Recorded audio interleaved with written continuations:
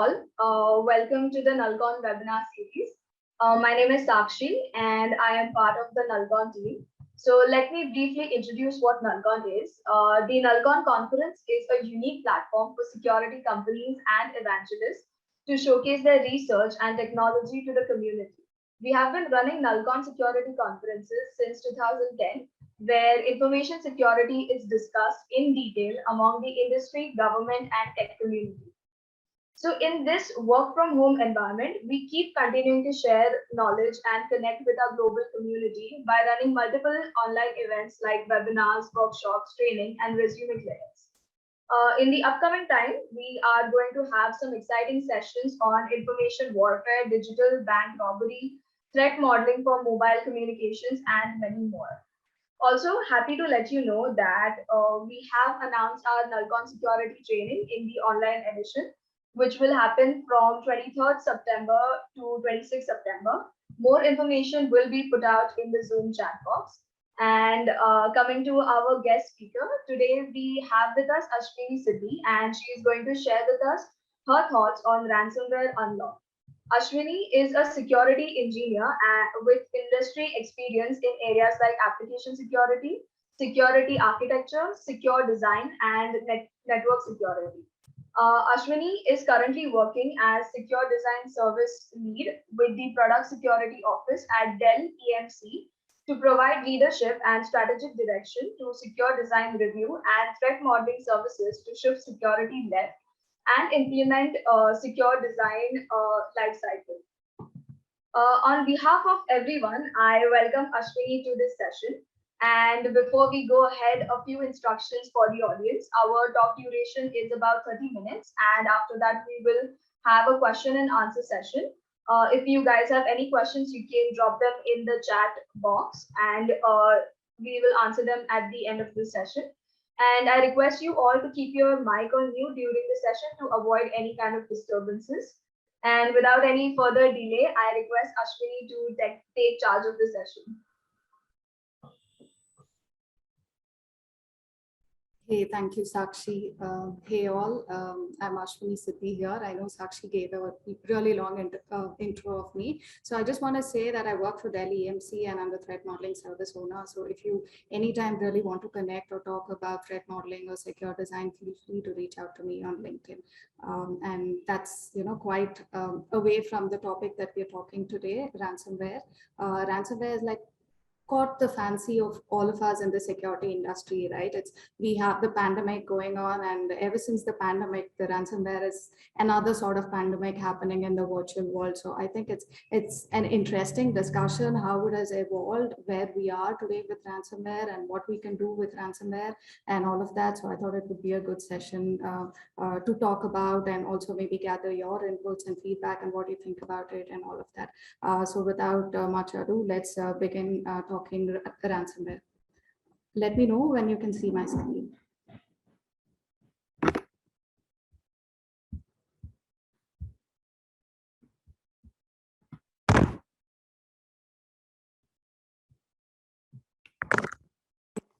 You should be able to see my screen, right?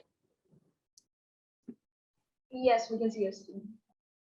Awesome. That's great. So ransomware, right? I mean, it might look like a new phenomenon because the last 3 years is so much happening, and we've been hearing about colonial pipe hack and JBS hack, so many such attacks, right? But ransomware has been around for a really long time. The first reported ransomware was way back in 1989, wherein it was actually a physically propagated ransomware. When I say physically propagated, there were people attending the AIDS conference out there in some part of the country, some part of the world, and this man actually came out and distributed floppy disks. So these disks were intended to tell the users whether they are susceptible to AIDS or not, but it also had an embedded ransomware within it.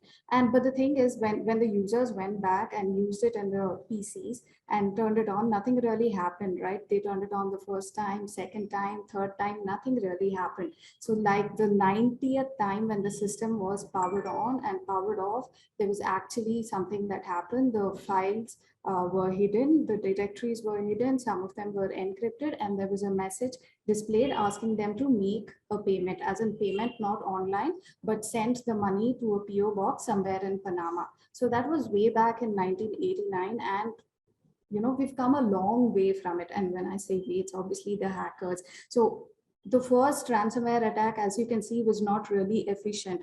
The wait time was so much more longer. You had to wait like 90 times for somebody to power on the system, and then the attack would be realized. And also the fact that, the payment is not really secure. It could be easily traceable, and it's not a virtual mode of payment. With the onset of cryptocurrencies around 2013, it made things so much more easier to, demand a payment without actually being tracked. That's when we started having all these escalated attacks, as you can see. Yes, we started off with the Age Trojan, and then eventually moved on to WannaCry, crypto lockers, GoldenEye, and all of that. And now we've reached a stage where we have, DarkSide and Reveal. Yes, if you've read the latest news, DarkSide and Reveal have actually vanished from the dark web, and we do have somebody similar to Reveal and DarkSide, which is called Black Matter, that is coming up. Maybe it's just an offshoot of the gang, whatever. But when we put this together, right, I mean, I was really focusing on Reveal and DarkSide. The ransomware landscape is evolving so much that maybe I put up these slides and talk about DarkSide today. Tomorrow there's already a new gang and there's a new attack and they're talking about something. So this is what the timeline of ransomware looks like, and the sophistication, as you can see, has evolved multifold. And the number of attacks again have gone up 400% in the last year. These numbers come from FBI. And every 6 seconds, it started off in 2020 with about 30 seconds. Every 30 seconds there was a ransomware attack, but now we have like every 6 seconds there's a ransomware attack. So it's that frequent, and maybe not all of them are much publicized, right? Yes, we know the latest attack was with Accenture, the Lockbit ransomware, and it was quite publicized and all of us knew about it, but the small companies may not always be so publicized and all of that. So we don't really know the number of attacks that are happening every second, every single day. So it is so much prevalent across the world, and especially in the US in the recent times, because Reveal has had about 500 attacks on small and medium companies in the US itself in the last year, 2020 and 2021 put together. So that's quite a number, right, for a ransomware. So it just means that it's as easy as just walking about the street and, picking up some coins or something like that. So it's that prevalent and that easy to attain ransoms these days. And you must have heard of DarkSide and Reveal. These are the king of ransomware, as they're called, especially because of the Kaseya attack. I'm sure all of you would have read the Kaseya attack, right? So it is regarding the MSP service providers. So there was an open vulnerability which was not really patched, and these attackers used one of these vulnerabilities to propagate this malware, and more than 60 MSPs and more than 1,500 businesses across the world were impacted because of it. And anything from Sweden supermarket to kindergarten in New Zealand, all of them were impacted. So these hacker groups claim that they don't really go about attacking or inconveniencing public, but as you can see, that's not the case, right? I mean, even with Colonial Hack, it was supposed to be attacking businesses, but eventually the impact was with the public. They had to face the brunt of not having oil, etc. Reveal did say that they didn't intend the shutdown of Colonial Pipe attacks, but the organization did say that they had to voluntarily shut down because their billing systems were attacked and they did not know how it would propagate further. So they did not know what really the impact could be. So as a safety measure, they went about pulling all their systems offline, because that's what we do. The first time there's a ransomware attack, the first thing we do is, okay, let's put everything offline. So that's what Colonial Pipe did, and so many people were inconvenienced because of that. So it's so, even if they claim that they are very charitable, they contribute to children's projects across the world, water related projects across the world, and they claim to be apolitical, it's not really the case, right? Eventually it is the public and the common man that is getting inconvenienced. So it is a nuisance. It is more than a nuisance, right? You could say that when it is a state-sponsored activity, it is more or less a cyber war that is looming in the wings. And with Biden going and talking to Putin and actually threatening him that with these attacks arising out of his soil, that he's actually going to send a physical army to Russia, and also the fact that he put a 10 million bounty on all of these hackers, is clearly an indication that this is not just a regular cyber attack. This is not something like a regular hacker getting into a system and trying to get something out of it, right? It is beyond that. It has political annotations. It has so much more outcomes than a regular attack could happen. Yes, with the Travelex attacks, when Reveal attacked them, the shares fell so much that the company actually went into losses. They also attacked the White House when Trump was the president. They actually broke into the crypto provided by NSA and all of that, and they actually managed to gather some tax evasion schemes files, which was so confidential that somebody actually agreed to pay for amount for to get these files back. Though that didn't happen, we don't really know if the amount was paid or not. All of that is extremely confidential, but they do claim that somebody was ready to pay up upfront all of the money, all of the ransom that they demanded. And same goes for, the Ireland healthcare attack, right? You must have heard of this Ireland healthcare attack. It was conducted by a not so famous or not as infamous as Darkside or Reveal. It was conducted by a group called Conti. I believe they were sort of testing what was happening with their ransomware and if they really could do it or not. Suddenly they had an attack of conscience and they didn't really want to go ahead with collecting the ransom. Instead, they actually gave away the decryptors for free. So despite that, it took more than 72 days to try to decrypt all of the files and get back the patient records and all the documents related to health, all of that. It took so long that people who had their appointments, who had their surgeries were inconvenienced, that they actually started suing the Ireland healthcare system because of this, because they were not maintaining their systems up to mark, that any ransomware attacker could come in and get into their systems and demand ransomware. So this is one of the other examples. I mean, we could constantly go about talking, it's a day's topic. So much is happening. We could talk about the guest attack. We could talk about Accenture's Lockbit. We could talk about Colonial Pipe.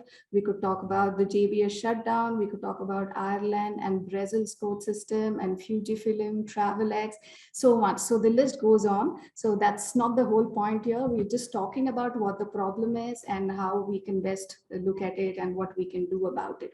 So to actually understand what is that we can do best to avoid us getting into such a situation, I think it's very important for us to know what is the anatomy of a ransomware attack, right? 70% of these attacks have still been through phishing. So phishing is still the easiest way to get into a network.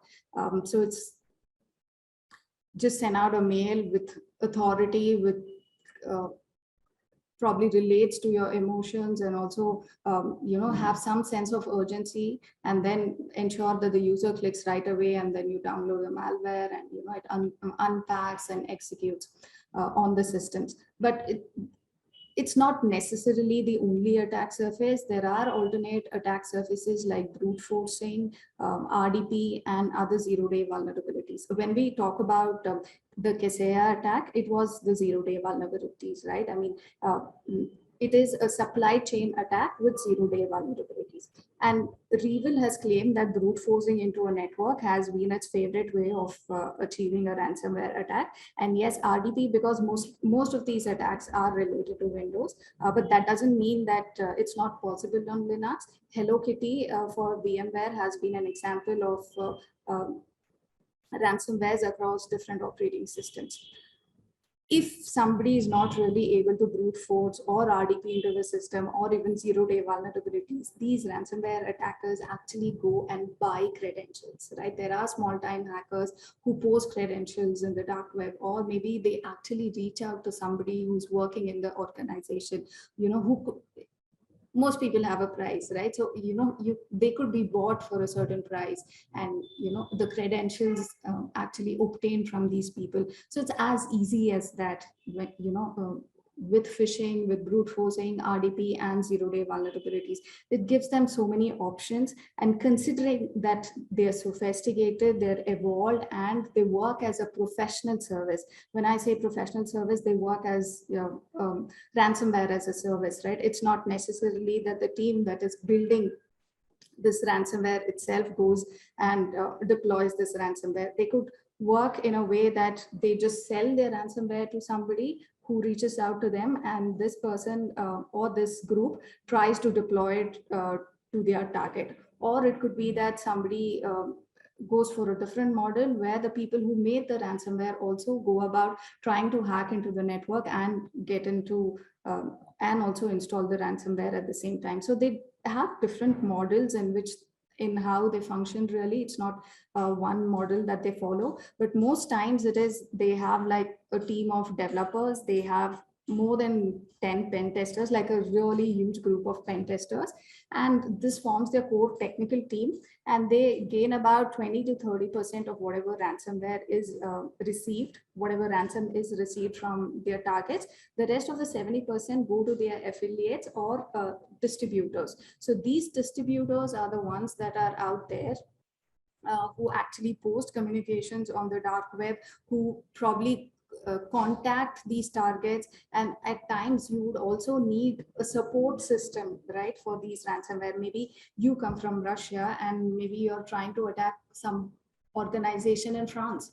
So you need a translator, you need a support wherein they can call or reach out to you, and you can also have negotiation. So it's not as simple as I give you some amount and then you just pay it right away. There are discussions, there are negotiations, there are translators involved, there are support people involved, there are call centers involved. So they function as a fully professional organization and provide this ransomware as a service itself.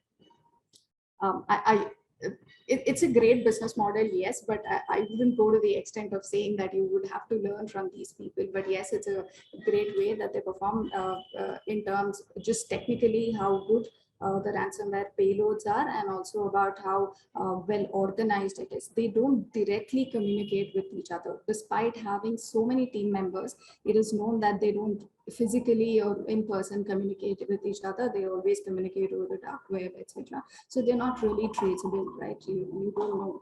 Although most of them claim to come from a certain region, it's always known that even if they're next door, they probably wouldn't be talking to each other in person, at least about the ransomware. So it was clearly called out by the REvil head, who was actually giving out interviews to one of the Russian media persons. So I think I will share the link of this interview with you. It's a really interesting read.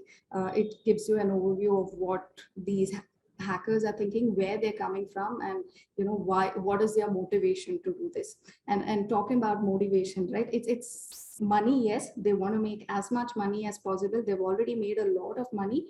REvil alone has made about 100 million in a year, the last year, and they can go up to billions if they want to, and that is what they want to do. But eventually they also say money you can make as much as you want, but what matters to them is reputation. I don't really know what reputation they're talking about here, but they're really concerned about making an impact, having their name known. So maybe they have vanished from the web as REvil, but for all you know, they've come back as Black Matter. So not necessarily that they're known as REvil, right? It could be anything. They just want to be well known, to make a lot of money, and to have some sort of a reputation of inconveniencing a lot of people. Yeah, so that's with how they get into the system. So what happens once they get into the system, right? So they get into the system and they bypass all the access controls on the machine, let's say, and they create a log file. So this is the typical log file, which let's say is a log.userid.txt. And once they've created this log file to log all activities, they also go about, first they start from the recycle bin. They start deleting items, especially the ones related to security and event logging apps. They start deleting them one by one. They also start renaming the appropriate files accordingly. When I say appropriate, they're only concerned about certain files, right? They're not looking at encrypting all of the files. They're only looking at some of the files. So whichever ones the ransomware is written to target, right? Okay, so taking a step back. So once you bypass the access controls, they also have a check that checks on the system for a language, whether it's Russian, whether it is Romanian, whether it is Syrian Arabian. They have languages from about all the Commonwealth of Independent States. If the language is from any of these countries, Romania, Kazakhstan, Azerbaijan, Georgia, if it, etc. Right? So if it comes from any of these countries, the malware does not execute. So they're very clear about not executing in that particular region. So it is only targeted outside of these regions. And if you ask them for their favorites, the favorites, at least of REvil, has been the US. That's what they claim. And the next close on heels come France, then Belgium, and then Canada. So that is what their attack list looks like, the favorites. Yes, India has been attacked. There has been, not by REvil, but there has been attacks on Telangana power grid, which is shared by Andhra Pradesh also. There has been one in Haryana also, but nothing beyond of that, right? It has mostly been about these power grids, at least with respect to the government-led organizations, etc. So REvil checks for all of these things, and once the malware is installed, it unpacks and the log file is created, and it uses the MAC address of the system to generate a user ID. And it uses this particular user ID to encrypt all of your files. And the best thing about the REvil malware, REvil ransomware is that it has 3 keys that it uses. One is the file key, one is the system key, and one is an affiliate key. When I say the file key, it is a combination with the hard-coded RSA key, and also one of the other keys is randomly uniquely generated while the malware unpacks and executes. So they use a combination of this, and the key is using encryption Salsa 20, which is closely related to Chacha 20, right? So it's both of them are stream ciphers. So this is what gives them that capability. They use the stream ciphers, and then they encrypt the required files. And once encrypted, they also leave behind the readme.txt. So the readme.txt, gives them details on where they should go about and contact and what is the ransomware that they need, etc. So all these details are written out there. But this is mostly the skeleton or the schematics of how an attack would look like with any ransomware. I spoke about Salsa 20 and Chacha 20. That is with the REvil and DarkSide ransomwares, but Lockbit uses AES, and there are different sort of encryption used, right?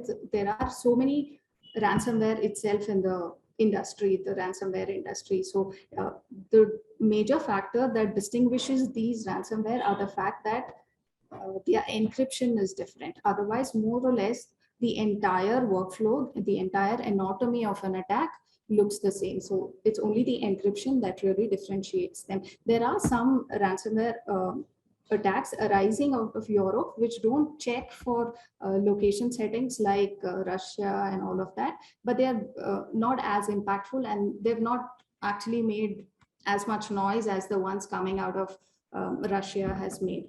And though they claim to be apolitical, we don't really know. DarkSide and REvil are related to each other because both of their ransomware encryptor is written in C.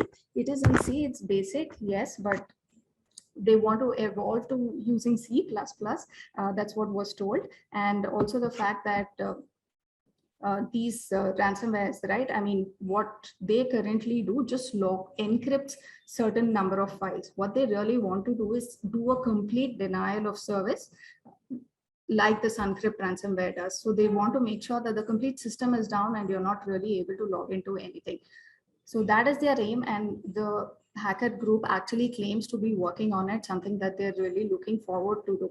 So you can know that ransomware, based on this discussion, is of 2 types, wherein you just lock out the system and cause a complete denial of service, or you just encrypt certain files. And encryption could be of, again, for 2 reasons, right? I mean, they take some amount of files they have access to, they encrypt it and leave it at your system where you can't really access them. But at the back end, they've already taken a copy of it, so they have access to it. So if it is confidential, they could threaten to put it out on their dark web, Revil's blog, which is called the Happy Blog, and send out all your personal details, etc., all that, right? So we've been told that most people pay because of this damage of reputation rather than actually details or data getting out in the system. So they've also hacked Apple. When I say hacked Apple, they've managed to gather some schematics related to a new product they were developing. They've also gathered details from Madonna, some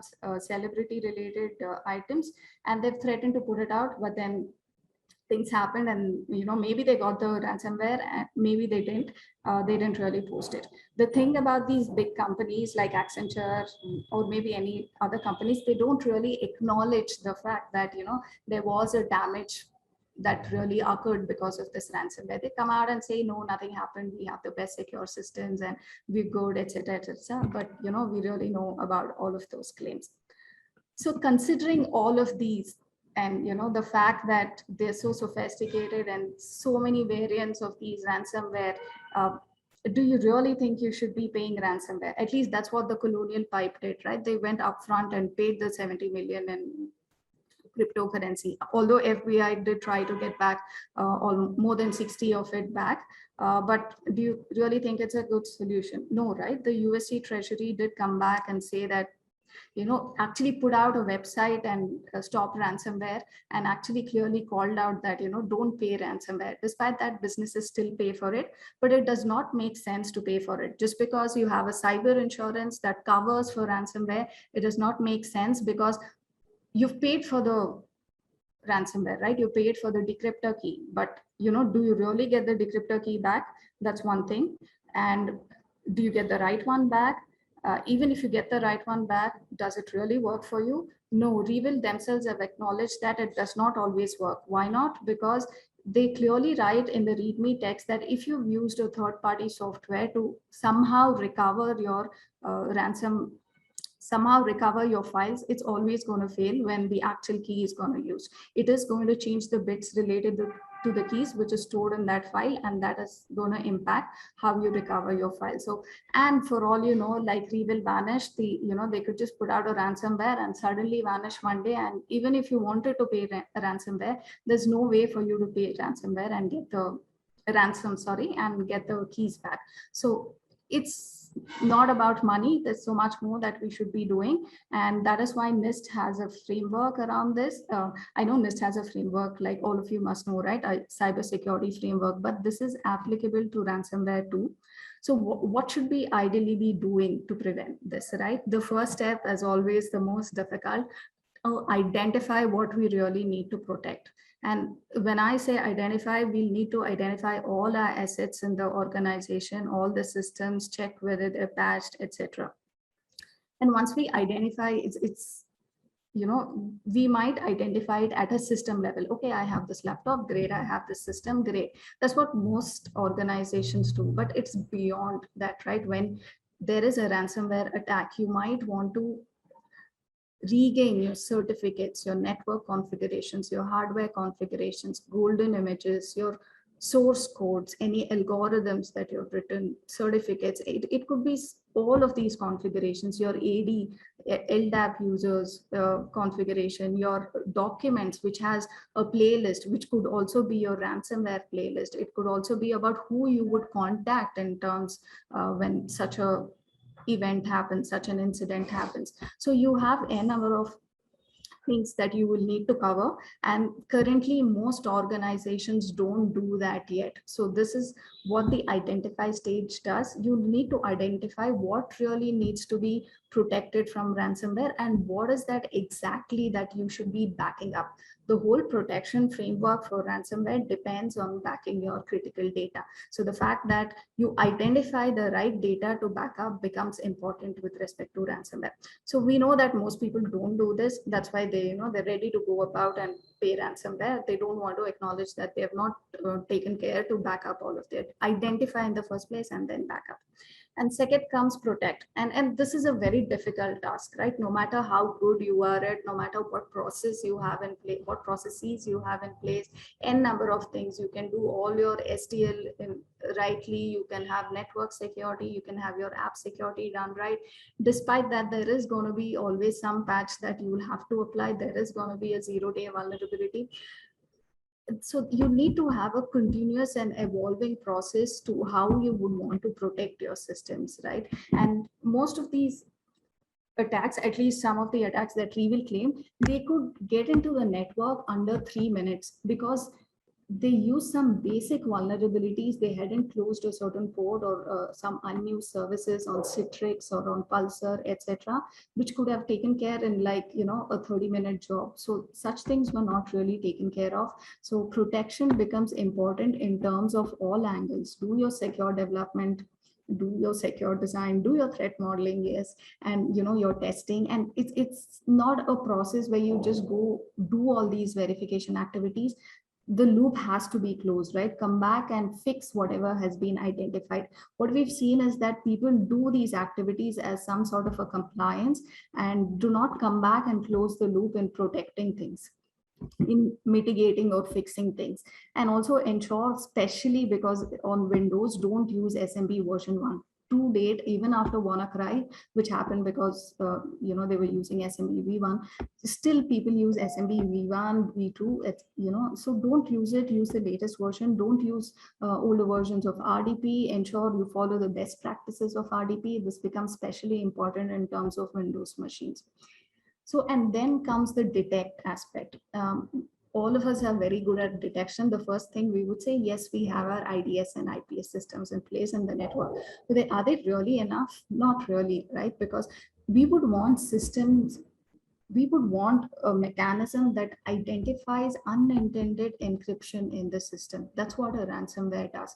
And how many of us even know such a tool access or such a facility capability is present, right? There's something called as a crypto guard, etc., which identifies these unintended encryptions within the system and rolls it back immediately. So we'll have to identify systems that use AI and ML and identify unintended encryption, or something that is constantly changing a file name or renaming it to some other extension or some other text, or constantly deleting something. We'll have to identify such systems, such activity, and then put a stop on it right away. We need to use systems like CryptoGuard, etc. Currently, this is a major gap.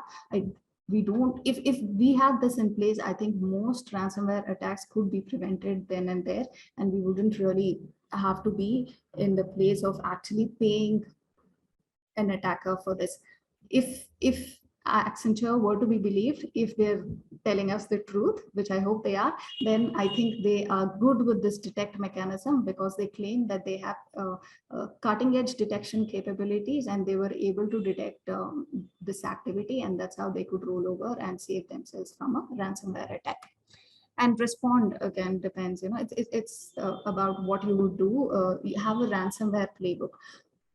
Cyber attacks are more in number than natural disaster these days, and a disaster recovery plan does not work as a cyber recovery plan. So you will need to have a different ransomware playbook, different contacts who would come into the picture. What is that we are backing up? What is that we are taking from backing up? How many days would we wait?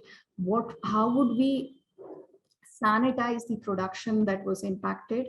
And how will we get data from a backup system? And all of these things will need to be called out.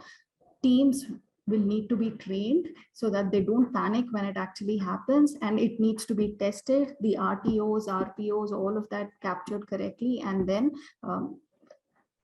work around a response plan for it, where an alert is generated and what you do about it. All right.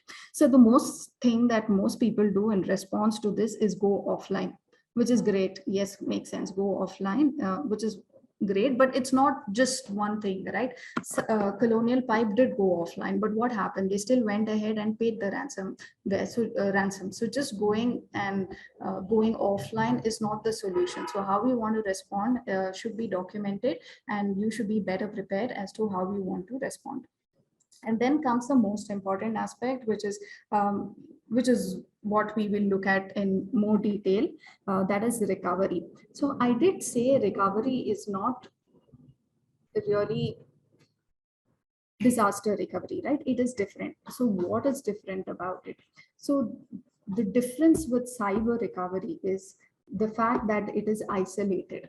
If you had your production connected to your disaster recovery or any recovery, right?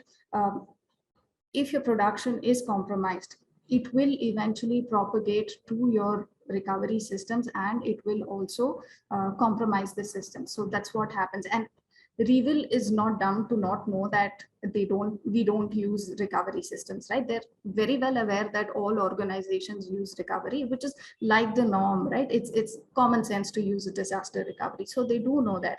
And also the fact that for a successful attack, you should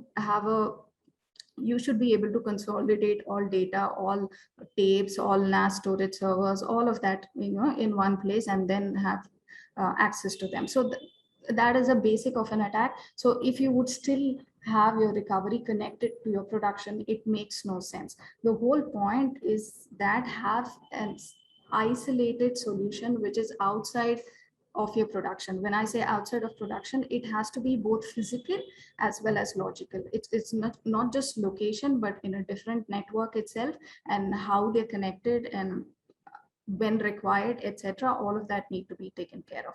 And immutability. Most disaster recovery systems are not immutable. When I say immutable, you can go about changing data in those disaster recovery systems. I could be the super admin of the disaster recovery system, and I could actually go about changing data. Then what sense I could be bought, right? So what sense does it make to have this fancy solution when I'm not even able to protect from insider attacks, etc.? So I need to have a solution which even cannot be overwritten by the admins and system users, etc. So that is one of the principles that I would need to keep in mind. And intelligence. Yes, you can have all of these things, isolation, immutability, and hackers are constantly evolving, right? Most people look at this as just a security job, whereas the hacker is not looking at it as a job. For them, it is more than that. We can't afford to look at it just like a job, but considering some of us did think that, and there's a gap, and malware or a ransomware actually propagated to the cyber recovery also. So what happens in that case? How do you recover from it? So do you have intelligence to identify that? So that also defines your cyber recovery principles. So isolation, immutability, and intelligence together define your cyber recovery solution. Maybe just having one or two is great as disaster recovery, but they don't become your cyber recovery solution. It is mandatory to have all three of these principles in place to achieve your cyber recovery solution, which again, I want to call out, is a lot different from your disaster recovery solution. So, okay, I'm not stopping here for questions. I know a lot of you might have questions related to isolation, immutability, and intelligence, but I think I will talk about this and I'll take questions at the end of it. The isolation, immutability, and intelligence aligns to the Sheltered Harbor Initiative in the US. Sheltered Harbor Initiative is something in the finance industry. It talks about resiliency of all the systems handling banking and stocks and all of those things. And it came about in 2015, and it also came about this set of guidelines and principles so that the general public, right, they have some amount of confidence in investing and also know that these systems are resilient. So they came about these principles, and immutability, isolation, and intelligence aligns to the Sheltered Harbor Initiative. When you're looking for a cyber recovery solution in your system, it becomes important to know which of your providers, which of the vendors out there actually align to Sheltered Harbor Initiative. So let's talk about a typical implementation.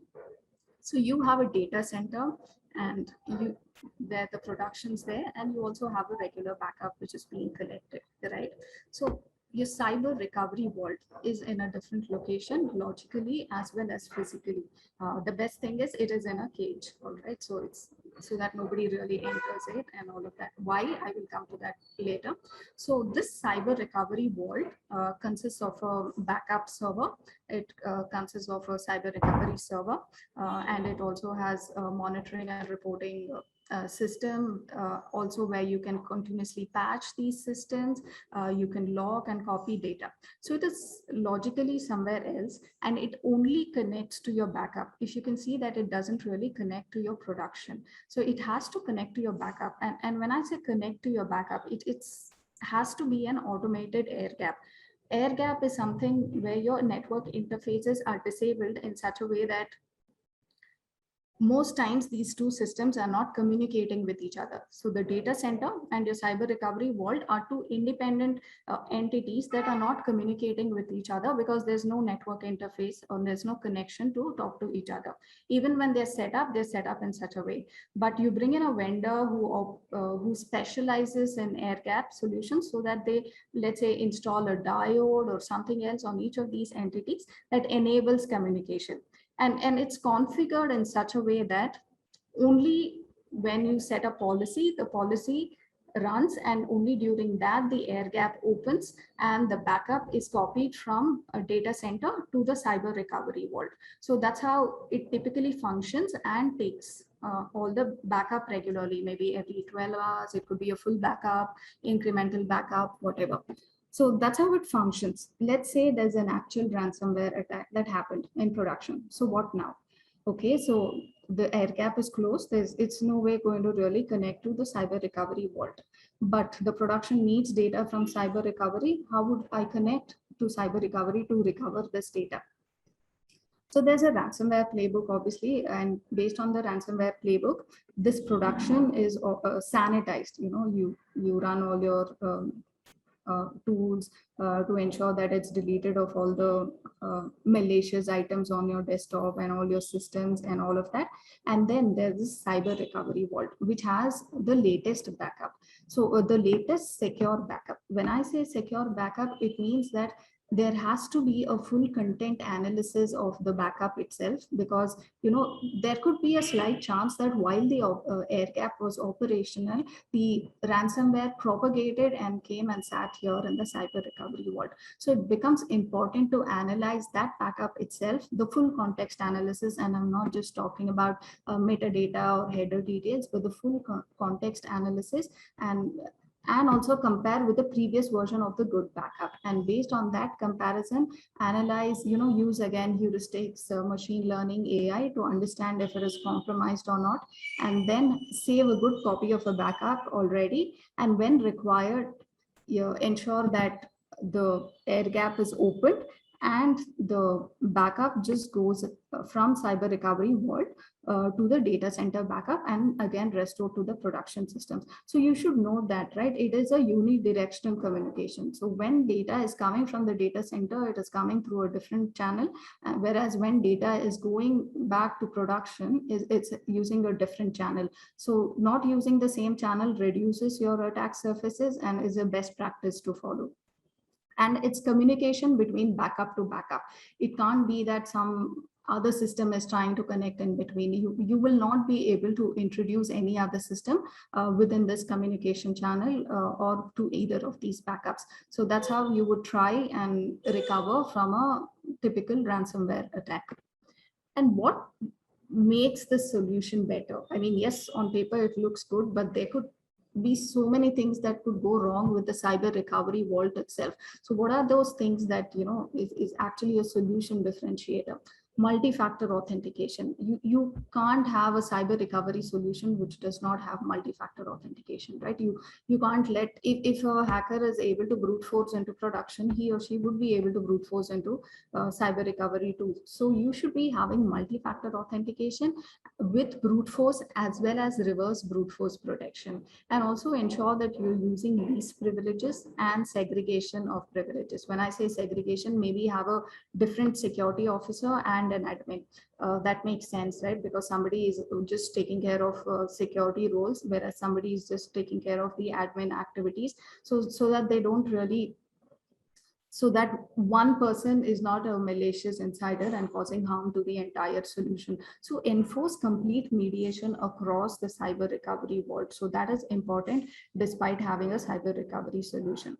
And when we talk about immutability, again, it has to be a write once, read many. That is the worm immutability only. So there's no point having write many. So it's your integrity is not maintained out here. So it's important to have a worm immutability, which is aligned to the Security Exchanges Act in the US, which talks about your backups being readily accessible for 2 years with immediate access, and for the next 6 years, which can take some time and which is somewhere in the backup. So your worm immutability should align to all of these compliances. Only then it makes sense. You can claim to have worm immutability, but if it does not align to these compliance, it doesn't matter, right?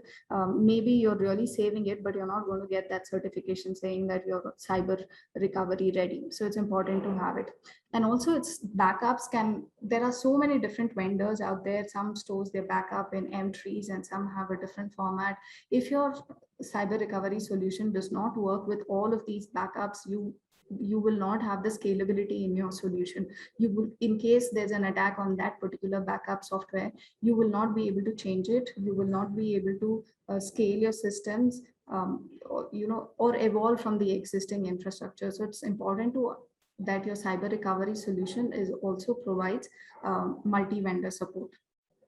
And like I said, your solution should align to Sheltered Harbor initiative, and it should also validate all of the backup set to aid integrity.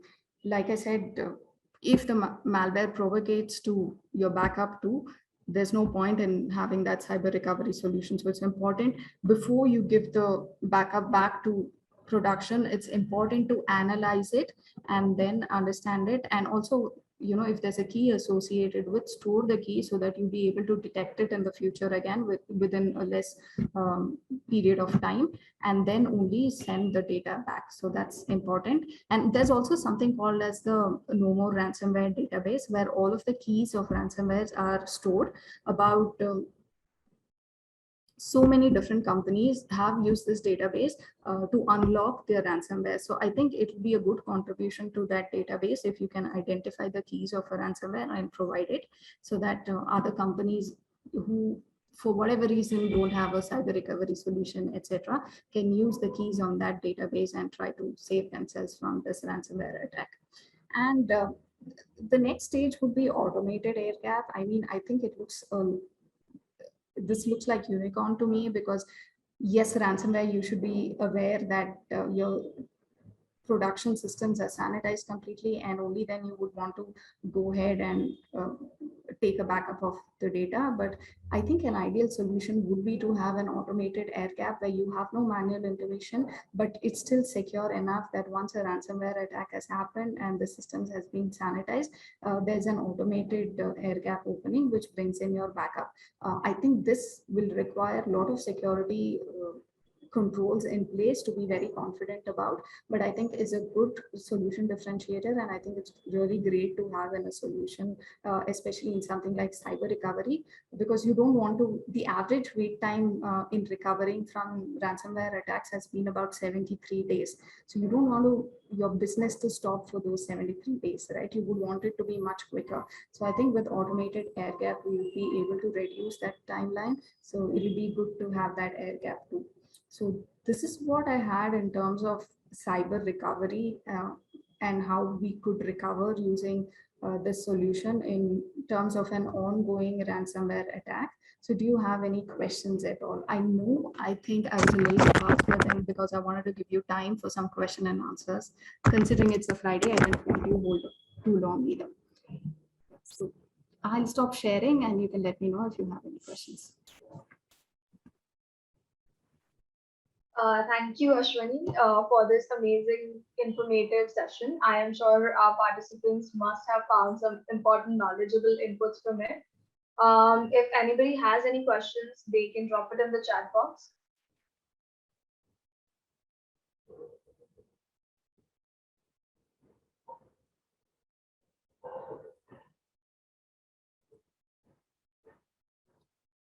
Okay, no questions. That's good. Okay, so yeah, looks like there are no questions. So I would like to thank you once again, and thank you all for your participation in today's webinar session. We have our next session by Shivam Shankar Singh and Anand, where they discuss their upcoming book, How Information Warfare Shapes Your World. It is happening tomorrow, that is 28th August at 11 a.m. And thank you so much. That concludes our session. Bye, everyone.